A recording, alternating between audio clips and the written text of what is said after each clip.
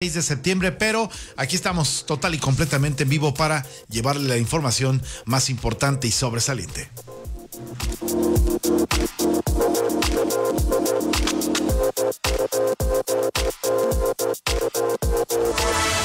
En RR Noticias, la opinión de Polo Hospital, que ya lo sabe, está con nosotros cada semana para platicar de los temas más importantes en la vida pública de Querétaro, de todo México y del mundo. Hoy te saludo a la distancia, mi querido Paul, ¿cómo estás? Muy buenas tardes. Enorme auditorio que sé que te escucha hoy domingo. ¿Verdad? No, Nos cambiaron el domingo para el lunes ahora, mi querido Paul. Sí, un día de descanso, un día de fiesta de la independencia de México, que la verdad es que siempre nos llena, pues de mucho gusto ver las plazas de este país llenas, ver a la gente gritando ¡Viva México!, celebrando nuestra independencia. Sin embargo, hay 30 municipios en 6 estados de este país que no tuvieron esa fortuna, que literalmente se tuvo que suspender la fiesta patria, el grito del 15 de septiembre, porque no hay condiciones de seguridad. Dentro de las que han sonado más en los medios de comunicación, bueno, pues está el caso de Culiacán, en Sinaloa, pero como Culiacán hay otros 30 municipios en donde literalmente, pues el crimen organizado nos ha robado la patria, nos ha robado nuestras tradiciones, nos ha robado el derecho también de convivir, de sano esparcimiento con las familias y de festejar a nuestro país. De ese tamaño es el problema que estamos enfrentando de inseguridad, así que bueno, solamente por mencionarlo, digo, aquí en Querétaro naturalmente en los 18 municipios se pudo llevar a cabo, hay fiestas en todos lados, pero es importante no dejar de mencionar este enorme problema que tenemos en términos de seguridad en todo el territorio nacional, no es solamente exclusivo de Sinaloa, sino de prácticamente todo el territorio nacional.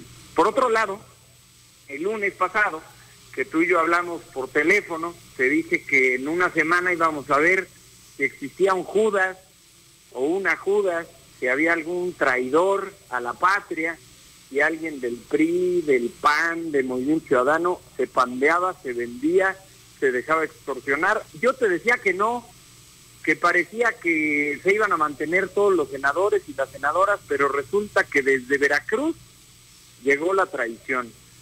Seguramente ya lo han escuchado la gente que atiende tu noticiero, pero bueno, pues Miguel Ángel Yunes resulta, padre e hijo, además, resultan los traidores, se van con el partido político Morena, con el oficialismo, y la reforma judicial es ya una realidad. No solamente pasó en el Senado de la República, que es lo que necesitaban, sino que de inmediato y de manera ya ni siquiera fast track. El fast track que mencionan en política, que es hacer las cosas muy rápido, bueno, ahora fue un super fast track porque en prácticamente 24 horas se había mandado ya a todos los congresos de los estados. Recordemos que se necesita para una reforma constitucional que se apruebe en 17 de los 32 estados, cosa que pasó en 24 horas.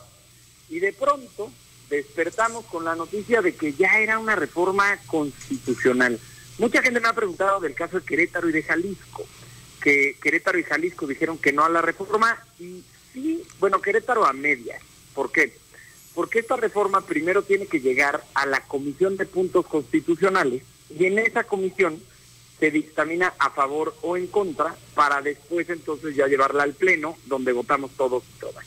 Lo que sucedió en Querétaro es que se quedó a la mitad, es decir, en la Comisión de Puntos Constitucionales dijimos que no, se vota, digamos, de manera mayoritaria que no, pero ya ni siquiera tuvimos tiempo de sesionar en el Pleno las 25 diputadas y diputados. Digo, que apuesto que se hubiera rechazado con el Congreso que hay actualmente. En Jalisco sí se llevó a cabo la sesión y sí rechazaron la reforma al Poder Judicial, pero al final, Daniel, y toda la gente que nos escucha, se vuelve anecdótico.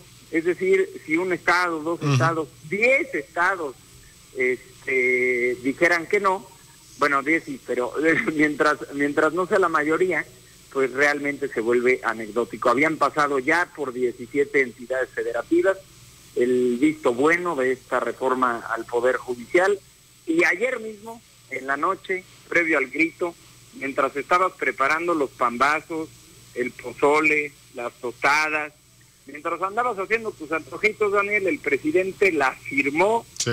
ya la reforma al Poder Judicial para promulgarla y que se haga una realidad. Así que ya entró en vigor, una vez que se publica en el Diario Oficial de la Federación, viene la reforma al Poder Judicial y ahora viene la chamba aquí en Querétaro. Tendremos 180 días para hacer lo propio, es decir, hacer una reforma como la del Poder Judicial Federal, pero para lo local. Entonces, pues tendremos 3 meses, un poco más, para poder desarrollar la reforma al Poder Judicial local. Es un mandato ya constitucional que tenemos que hacer, y pues todo el país a ajustarse a esta nueva realidad, a este intento de cooptación del Poder Judicial de parte del Ejecutivo.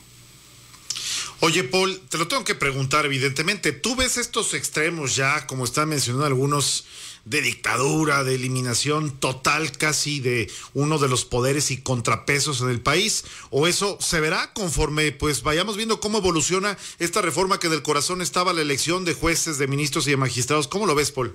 Tenemos que estar muy atentos de todas las leyes secundarias que vengan, porque el diablo está en los detalles, y justamente ahí es donde vendrá ya especificado quiénes pueden participar, cuáles son los requisitos, de qué forma podemos garantizar que haya verdaderos impartidores de justicia dentro del Poder Judicial, porque naturalmente a priori, como se lee esta reforma al Poder Judicial, Sí. con un ejecutivo de Morena, con un legislativo de Morena, pues es altamente probable que todas las propuestas para encabezar a las personas juzgadoras, jueces y magistrados, pues puedan ser de Morena. Entonces ahí es donde está el verdadero peligro.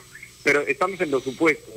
Necesitamos revisar con lupa, insisto, cómo vienen las leyes secundarias, cómo se va a llevar a cabo este proceso, y justamente para pensar en la imparcialidad de la justicia, para que el Poder Judicial no se incline de un lado, para que el Poder Judicial pues justamente sirva también para dirimir algún problema, algún conflicto que haya entre poderes, y que no esté inclinado siempre a favorecer al poder y no al ciudadano, ¿no? Es el caso, por ejemplo, del amparo, que es lo que más se ha cuestionado con esta reforma. ¿Cómo nos vamos a defender los ciudadanos ante el poder si el poder judicial está, digamos, al servicio del poder ejecutivo? Entonces, pues mira, ya es una realidad la reforma al Poder Judicial.